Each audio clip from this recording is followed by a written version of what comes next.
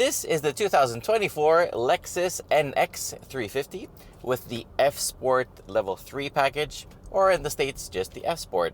It is a good-looking SUV, and it sits between the smaller UXH and the bigger RX in the Lexus lineup. Prices in Canada start at $52,550, but this one, as tested, is $14,500 more, so it comes in at $67,050 before taxes and fees.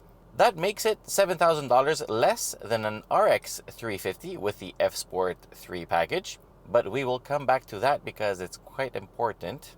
Under the hood, it has the same 2.4-liter turbo, also found in the RX 350, and it also has the same 8-speed automatic gearbox, and it is also all-wheel drive here in Canada. However, because it weighs less, it sprints quicker to 100 kilometers an hour, completing it in just 7.1 seconds. 0 to 60 miles an hour takes 6.6 seconds. The 4-cylinder unit can move it around with ease. It makes 275 horsepower and 317 pound-feet of torque. The soundtrack is not the most pleasing, but the good thing is it's quiet enough so you don't really hear it. And as you can see, the exhaust pipes are hidden at the back, so sound wasn't really a priority here. Performance overall is on par with the competition. I have no complaints, it's quick enough. The driveline is very refined, it's very smooth, and the gearbox, it shifts quickly and it's decisive, so all good here. Being lighter also benefits fuel economy, as this one uses 1 liter less per 100 kilometers compared to the RX 350, as our average was 10.9 liters per 100 kilometers or 21.5 miles per gallon. Being smaller and lighter also makes it sportier to drive. It also has the adaptive variable suspension. It has McPherson struts at the front, trailing type double wishbone suspension at the rear.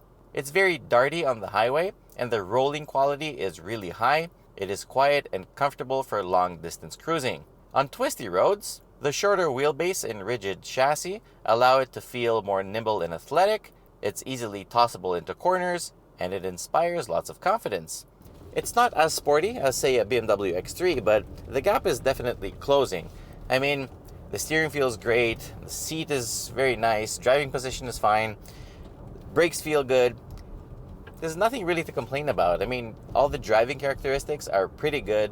However, where the gap is growing, and in its favor this time around, is reliability, because this car still retains the same luxury to reliability ratio as the RX, whereas the European rivals are kind of suffering in that area. The brakes are also simpler than the ones in the F-Sport RX. This one gets single piston floating calipers at the front and at the rear. The front rotors are 328 millimeters or 12.91 inches, so they're not very big, but they do stop the car very well, no complaints. Also with the brake pedal feel. The exterior design is in line with all the modern Lexuses. It has sharp lines and all the cues that make a Lexus nowadays, with a massive front grille. It has LED front headlights, 20-inch wheels, and the taillights that almost light up from edge to edge. It's a very good looking thing. I like it. Inside, it's simple, functional, and a bit less luxurious than the price point would suggest. However, it's very well put together, and the upper materials are nice and soft. Equipment-wise, it's very rich. It gets everything a modern luxury car should have nowadays, including heated and ventilated front seats, heated steering wheel, a nice sunroof, digital rear-view mirror, a heads-up display, digital instrument cluster, and a massive screen for the updated infotainment system that now works extremely well. It supports wireless Apple CarPlay and Android Auto. It has nice cameras. You also have a wireless charger and quite a lot of space to put your stuff, including some nice cup holders.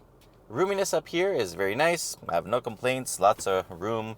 The seat supports the body really well. Like it, very comfortable. The driving position is a bit weird compared to the RX. I mean, I feel I'm more upright, but I'm not. What's happening here is the dash is much lower. So it makes it feel like a smaller car than what it is. The rear seats have good footroom and legroom. They have decent headroom, their own USB ports, and the seats are also heated, which is a bonus. That goes together with the comfort access enabled rear handles, so those features are going to be very appreciated by parents.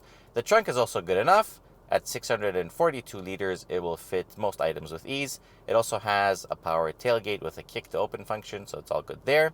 Now, over bumpy roads, the suspension does its best to dampen the movement, But being a sporty trim, it means that some of those upsets will reach the passengers inside, especially ridges at low speed can cause a bit of a shakeup inside, but overall the NX is a comfortable ride, living up to its Lexus name.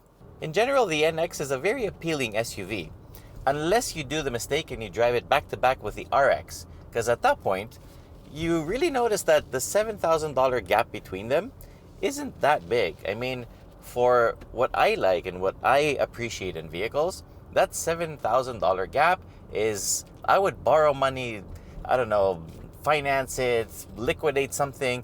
I don't know. I would come up with that 7 Gs because it's so worth it for me to upgrade to an RX. So RX, F-Sport, 3-level, NX, always on a 350. Okay, so the top trim levels, the one we reviewed recently, you can watch the video by clicking up there.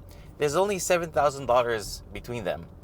It's a no-brainer for me. It would be RX all day long. However, if you like the smaller size and the better fuel economy and the sportier drive, honestly, this is a very good proposition. I mean, not everybody wants big and luxurious and, you know, heavy. However, the RX also can tow 3,500 pounds, whereas this one is limited to 2,000 pounds. So if you tow something, that could be another factor. Overall score for the 2024 Lexus NX 350 F-Sport is a very good 8.2 out of 10. And as usual, if you like this video, please remember to share it with your friends, subscribe to the channel, press a like if you want, leave us a comment. Most importantly, till next time, be well. Bye-bye. Perfect.